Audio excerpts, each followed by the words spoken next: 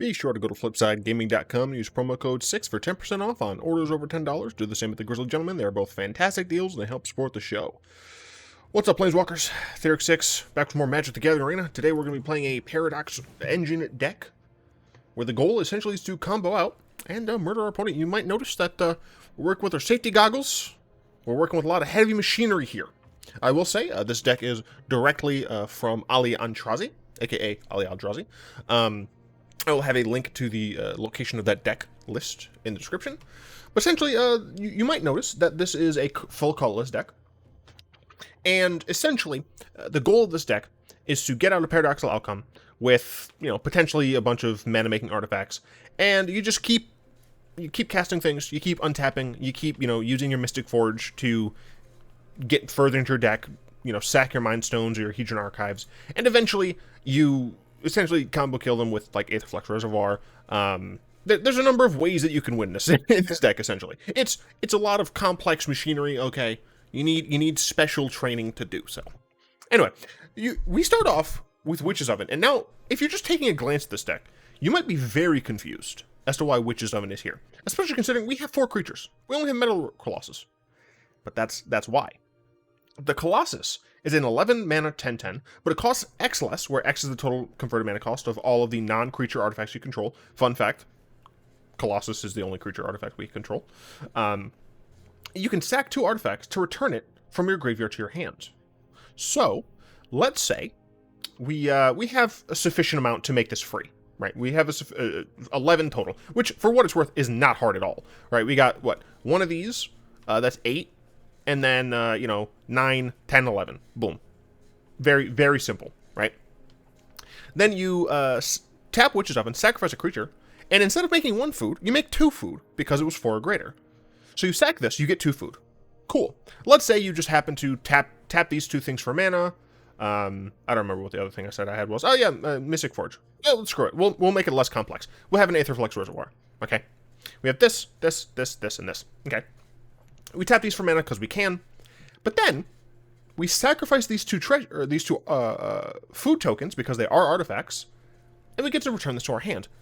We have not gone down on CMC for our artifacts, so we cast this for free. Triggering Paradox Engine. We untap all of our things. We've also added another counter for our Aetherflux Reservoir. Or not counter, but we've gained more life. We've gone further. And now this is untapped again. We tap these for mana. We tap this, sack this, we have 2 food. And we do this an infinite number of times until we get enough life to dome our opponent for 50. So let's now talk about Aetherflux Reservoir. It's a 4 mana. Whenever you cast a spell, gain 1 life for each spell you cast this turn. So the first spell will gain you 1. Second will give you 2, 3, 4, blah, blah, blah. It just linear scale. Pay 50 life. Reservoir deals 50 damage to any target. We only have 1 in the deck because we have 1 on the side. And it's just one of the combo pieces. You might be saying, just the combo, it's going to take a while to get the 50 life. Always, because we do have Forsaken Monuments. 5 mana. Colorless creatures we get are bigger, who cares? But whenever you tap a permanent for colorless, you get to add an additional fantastic ramp piece. Whenever you cast a colorless spell, which is all of them, you get to gain 2 life. So it becomes even faster to gain life and win. Jumping back, we have 4 Guardian Idols. This is essentially just to ramp into some of our higher CMC cards. Being able to Guardian Idol into an immediate 4-drop here into, potentially any of these is quite nice. But also, it can be a blocker if we need it at some point. Mind Stone as well. Very cheap to come down, ramps us, but also can be sacrificed later on to draw a card. Notably, if we have these on top of our deck, when we have Mystic Forge and Ugin out, small Ugin, then we get to cast these for free, which is very helpful. Powerstone Shard. These can together make a lot of mana. That's about it. It can make a lot of mana. For Hedron Archive, it's just Mind Stone, but bigger. It literally is just double Mind Stone. For Karn the Great Creator, not only are we able to potentially turn some of our artifacts into creatures to help us, not die, but we can also fetch any number of these delicious things, which I'll get to in a second. Yeah, I mean, it shuts down our opponent's artifacts as well, so theoretically, if they're playing an artifact deck, also helps out. Through Mystic Forge, we are able to look at the top of our library. We can cast artifact spells or color spells, all of them. And then we can pay 1 to exile the top card. Notably, if we are needing to just get more spells off of Paradox Engine, if we happen to have either Forsaken Monument or Aetherflux Reservoir, this 1 life is not going to matter, right? Being able to consistently just tap it, untap it, yada yada yada, when we cast our things is quite nice. Paradox Engine, kind of the main gears that have this deck going. 5 mana legendary artifacts, so we can only have 1 at a time. Whenever you cast a spell, untap all non-land permanents you control. So you don't get to untap your lands, but you get to untap all of your mana-producing artifacts, which is quite nice. 2, Ugin the Ineffable. Very simple. Makes our spells cheaper. We get to manifest something, essentially, and we can destroy something that has a color to it. Quite nice. Big Ugin. Look, it's a win con by itself. It's a win con because it can force opponents to scoop when you minus X. The minus X isn't going to hit any of our things. And then somehow if we get to minus 10, we absolutely have won the game. And we already talked about this. So let's first talk about our lands here. We have a single Arch of Orazca. Helpful in more grindy situations if we really need the card draw. We got 4 blast zones. We like to be able to destroy things. Notably, we do have a glut on 2 and 4, so we do have to watch out, but sometimes you will have to crack a few of your eggs in order to, not die. Buried Ruin can get back some of those things that have been blown up. Cascading Cataract allows you to get 5 colors of mana, which is for Golos. Crawling Barrens as a 2-of is another way we can win the game. We can either use it early on to block, or late game we just keep pumping it up with a ton of mana. Let's say, for example, that we have a way to, keep casting things, but, we don't have Aetherflux Reservoir, right? So we have, we still have the Witch's Oven combo and everything. So we keep getting untaps on these, and we keep getting more mana, but we can't do anything with it. This gives us something to do with it. Inventors Fair is a 2-of. It allows us to gain life on our upkeep, or we get to crack it to search for one of our artifacts, so it helps us find a combo. Labyrinth of Skophos allows us to not die. Radiant Fountain helps us to not die. Scavenger Grounds helps us to get rid of annoying graveyard decks, because screw those guys. Zhalfirin Void helps us to get the cards we're looking for. Tormod Crypt, Graveyard. Grafdigger's Cage, Graveyard, potentially against Goblins as well. Hope of Ghirapur, against decks that you think might have counterspells, things like that. So the idea is that you get this before you plan on going off, and then hit your control opponent, and then hopefully they're not going to be able to cast your things. So it's quite nice. An additional Witch's Oven just in case. A Ratchet Bomb for token decks or just generally low CMC decks. Sorcerous Spyglass against annoying Planeswalkers. And backup Aetherflux Reservoir. Helm of the Host. I feel like this is just a meme, but for what it's worth, with Karn, you can turn something of yours into a creature, then equip the Helm of the Host onto that,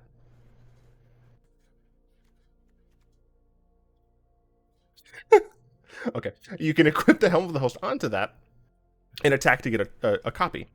Notably, the way Helm of the Host works is that it doesn't care about being legendary, because the token isn't legendary.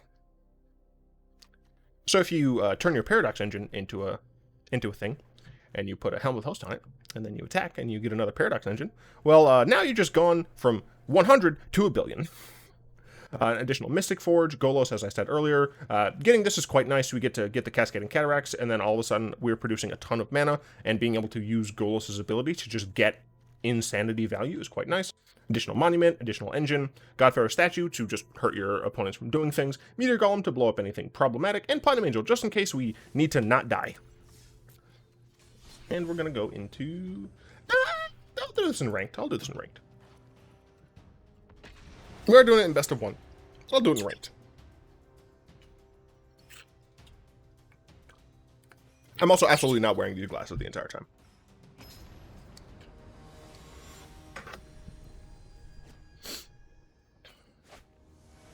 Jago.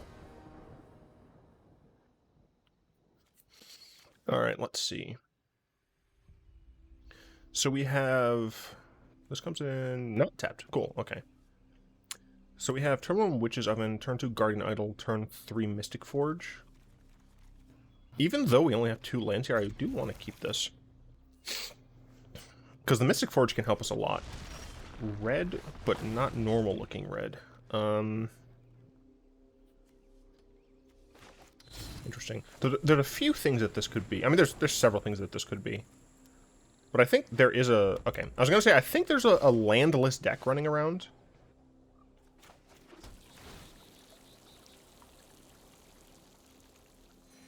So are they aggressive or not? Interesting. This makes me think they're not aggressive. Okay, yeah, this kind of confirms it for me.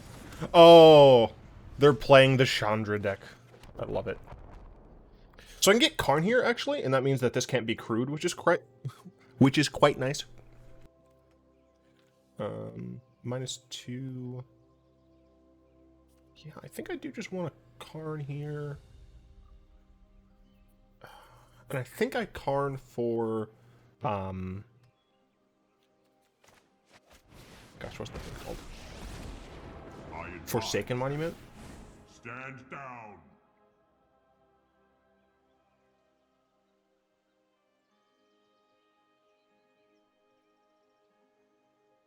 Yeah, I'm just gonna Karn for Forsaken Monument.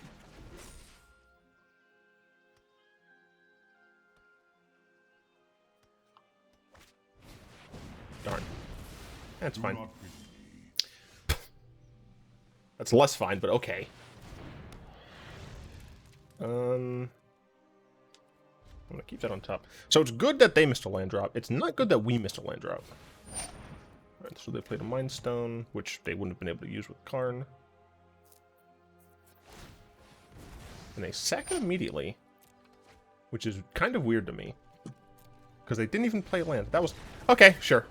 Both of us kind of got a little screwy, but I was absolutely in a better position there. Yeah, not great for either of us, to be honest. No, not Fiora. Go to Alara. And then this. Yeah. Okay.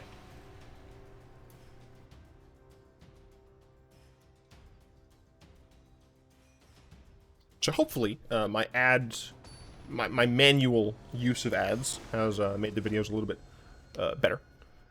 When I looked at it, because this is actually the first time I've manually done and gone and looked at ads. This is a decent hand here, yeah. And yes, I will keep that. Essentially, oh no.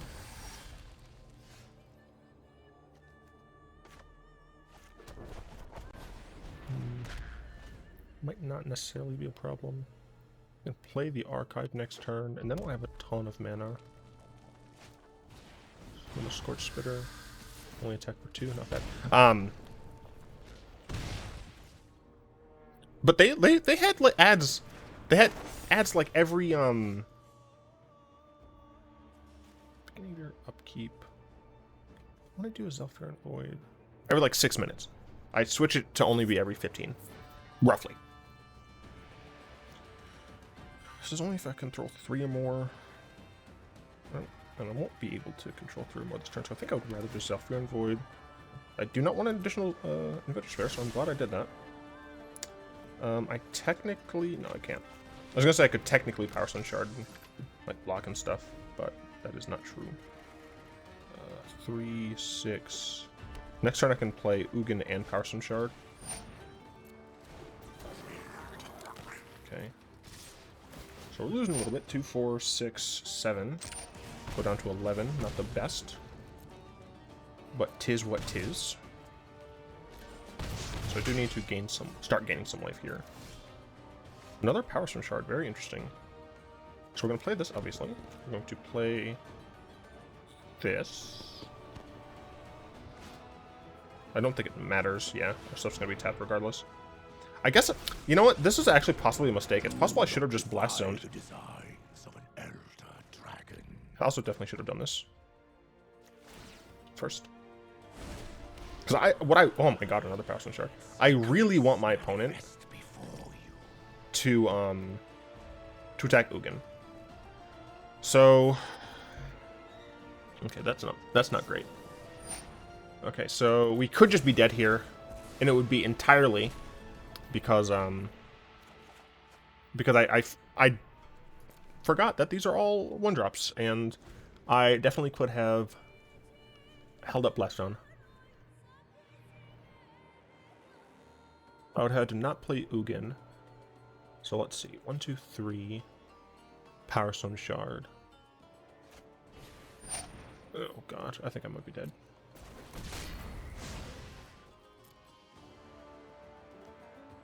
Come on, attack Ugin. No. I very well could be dead. 2, 4, 6, 8. So I go down to what, 3? And that is well within range of legit any burn. I'm dead. Oh my gosh, I am alive.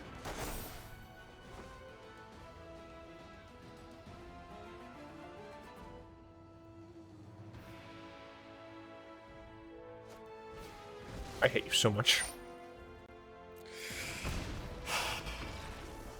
Yeah, that was great. That was great on my part. I absolutely should have had the blast zone up. Yeah, because like I blast zone there and I win. Like I win that game if I blast zone. Just I played too fast. That's all. Sometimes you just gotta take it slow. Although then sometimes people will be like, "Why are you playing so slowly?" God, I bet your opponents just concede because they're bored. I'm trying to think. It's a good hand. It's 5-9. Damn. Yeah, I'll keep this. I will Radiant Fountain. Oh. Even though I'd prefer it to just be on this. Uh-oh.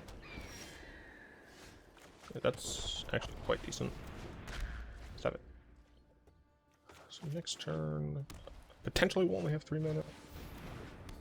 That's gonna get big fast. Yikes. Okay, so I only have 3 mana. But now I have 4. If I play this, 3. Each of these will, I'll be able to play this as well. Oh, yikes. Essentially I just need to ramp into Ugin before I die.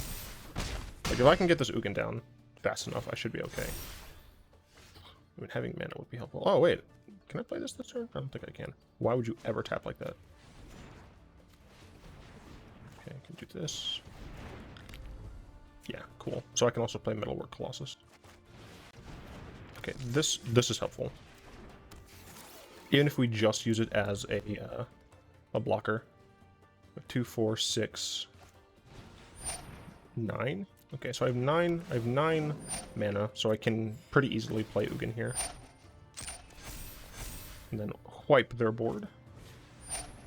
They're just playing into it. Don't they know I have Ugin? Oops. I meant to press Resolve All. Gotta press Resolve All.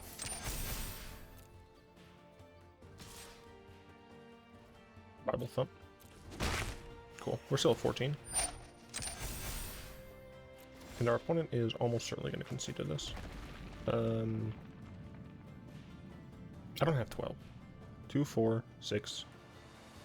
No, I have 10. So I wouldn't be able to do this and this. Perfection is a journey, not a destination. Silence. Darn.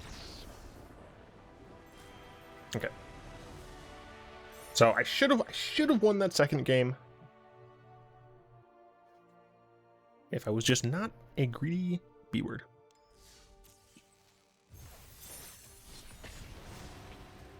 And what's nice about,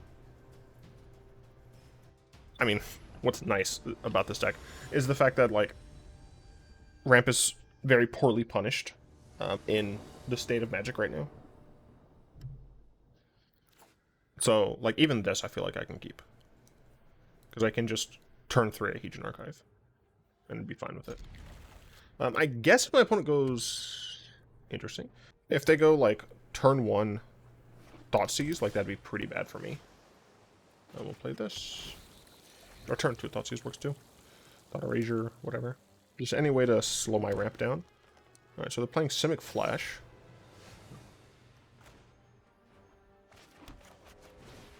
Are they playing a bunch of counterspells? It might be.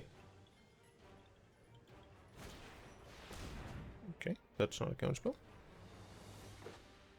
So I'm curious what their deck is going to be like. They're playing Leyline of the Void, which just seems very strange. Okay. So here they can't use essentially Snake. So I think I'll just play the Archive. They still have access to counterspells. But like, why would you play counterspells plus Leyline of Anticipation? Like, that just feels weird.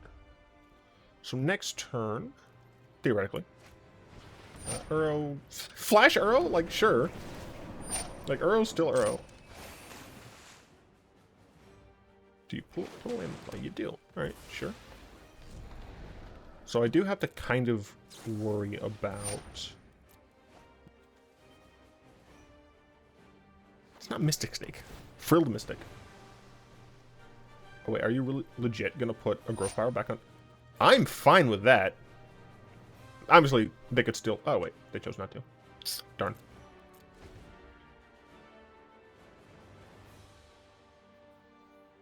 Okay, so they have 3 cards in hand. My turn. Do this.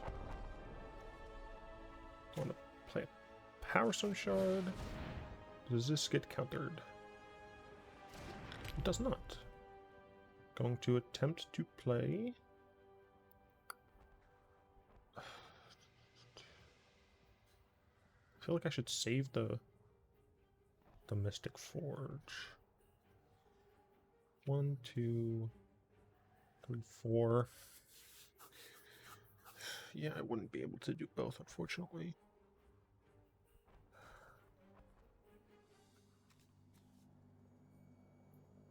Like, it hasn't been automatic, so they very well could have interaction here.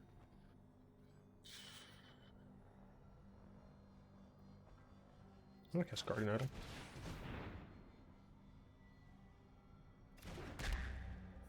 Alright, I'll cast a free Metalwork Colossus, please. Would you like to counter this?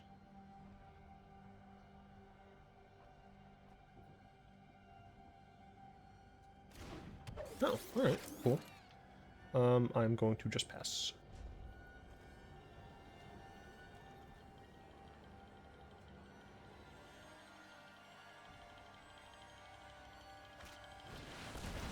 Flash in Hydro Crisis. Is this just like Simic Ramp, but with Leyline of Anticipation? Because that's just strange to me. For what it's worth, I have a 10-10. Doesn't have trample, but I still have a 10-10.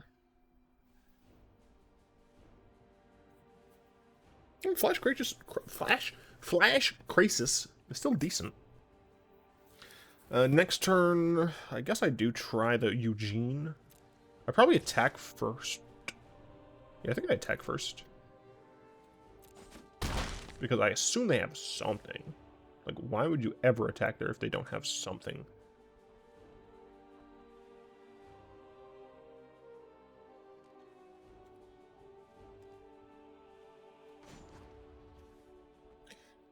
I'll do this for 1.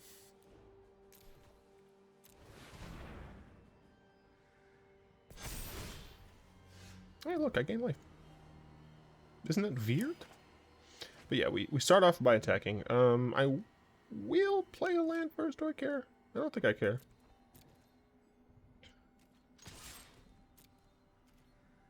Really? Man, I'm so very confused. I can start using Arch of Orazca. So I'm going to tap these. This is 3, 4, 5. I don't think I'll need a Buried Ruin. Buried Ruin. Play a Ugin. Is this Kosh?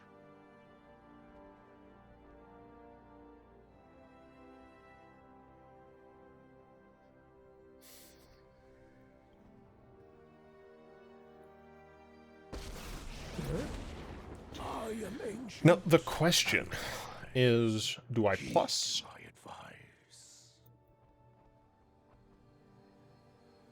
Or do I minus on the ley line? I think I'm going to plus. Could be super wrong, but... And the reason I do that first before playing Mystic Forge is because I want to get some value out of it. We are going to just use this. And that's one of the reasons why. I'm going to use this. Darn. Oh well. That's fine. We have an okay hand. Tatiova. I'm just so very confused. I'm just so very, very confused. It's different, at least. Like, if nothing else, it's different from the normal dregs.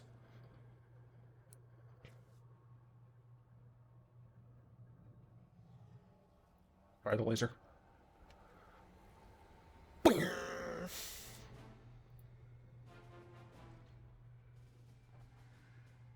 Do they attack both? They do. I will block. Boop. I'll put a cool Zhalfirin Void in my hand.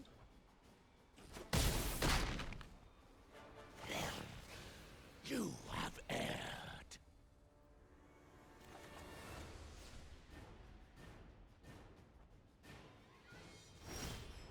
Interesting.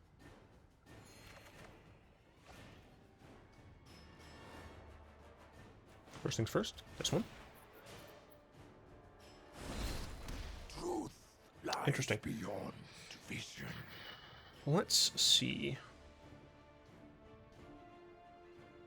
I think I want to attack first. Yeah. I'd like to attack with my Colossus, please. With my Shadow of the Colossus. They took the damage again. I'm so confused. What's this one to tap? This wants to tap those two? No. You tap this and you'll be happy about it. Oh, hell yeah. So here, I think I want Paradox Engine. Our actions determine the course of history. Our actions determine the course. My allies are counting on me. Go on, Paradox Engine. There we go. And I do want to use these as much as possible. Cast Paradox Engine. Okay. So I'm not going to be able to use this just yet. Because I'm going to be casting this. And that's not how I want to use it. I want this mana and this mana. Okay, so this will untap all my stuff. Alright, so I'll add mana, add mana, add mana, and add mana. Once again, I'm not making the most out of these, but I think that's fine. That's free. I get to untap these. And I will potentially be able to use this in Inventors Fair. But right now we're just pumping up our mana.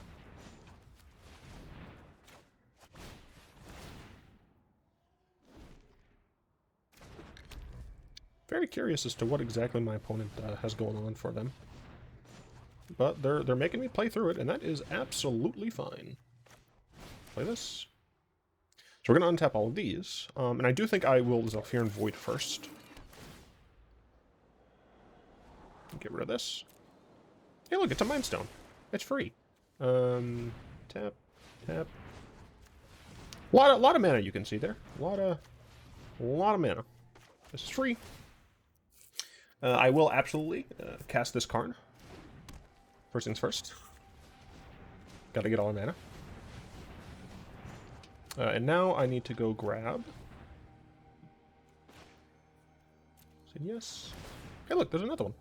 Now I need to go grab, I guess, Aetherflux Reservoir. I will fight with honor. I think Aetherflux Reservoir is what I'm looking for here. Is greater than myself. Or I can just get Witches Oven here.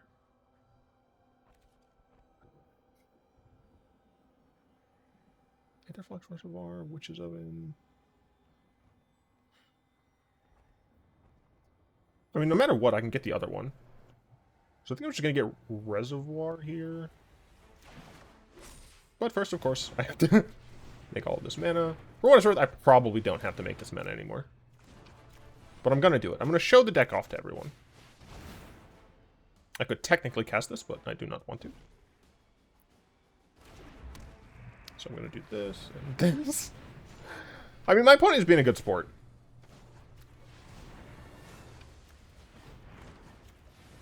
I'm going to activate this. To activate this. Oh no! I'll activate this. It looks like we ran out. Looks like there's nothing else we can do. Psych.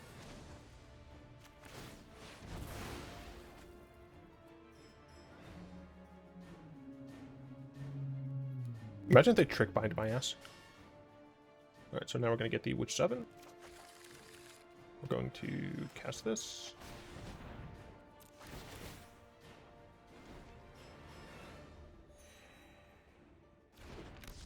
Okay. Because I can! I'm actually probably going to stop using these now.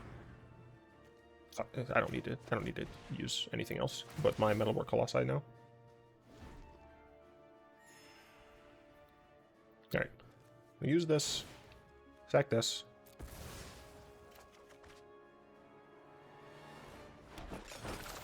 Put this into play. Boop, boop. I put this into my hand, excuse me. Then I cast it. Then I do that. And then I do this. And I do this. Zenitra. Many thanks for being a good sport and letting us go through this entire combo. I really appreciate that. I don't know if they're watching. I don't know if they know who I am. Cultivate. Respectable.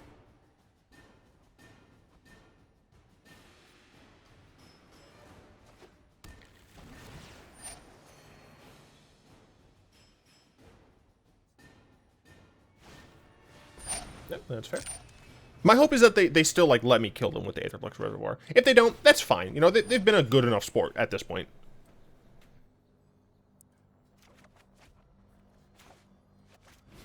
Okay, so we're going to gain a lot of life here, and then we're going to activate our Aetherflux Reservoir. Target them. Good game.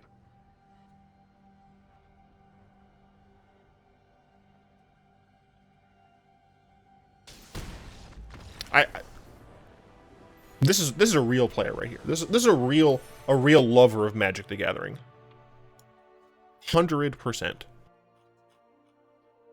the fudge? I've been added. There it is.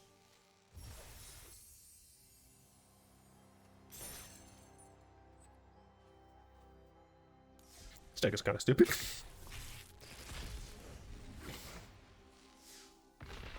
Yeah, I mean, that deck feels relatively consistent. And remember, like, the game that we lost... Oh, gosh. What the hell did I call this? Not, this one. Yeah. The game that I lost, I did that to myself. So, you know, it has some level of consistency against counterspells and hand hate. I think that is where the deck is the weakest. I don't even know if you can change much. Like, the point of this is just the consistency that it brings itself. So, you know, it's a relatively... I like it. I like the deck. Once again, I'll have a link to the OG by Ali Andrazi. Excuse me. And yeah, I hope you all enjoyed this. There should be a bonus video today or tomorrow. I don't know. I plan on recording it now. I'm actually recording this much earlier than I usually record. So I'd like to thank my lovely patrons, especially Fogwin, Malik, and Balater, for the continued support. If you'd like to join them and support the show, you'll find links in the description below. I forgot what I said. Also, hope you enjoyed this video. If you did, like, comment, subscribe. And of course, until next time, all will be one.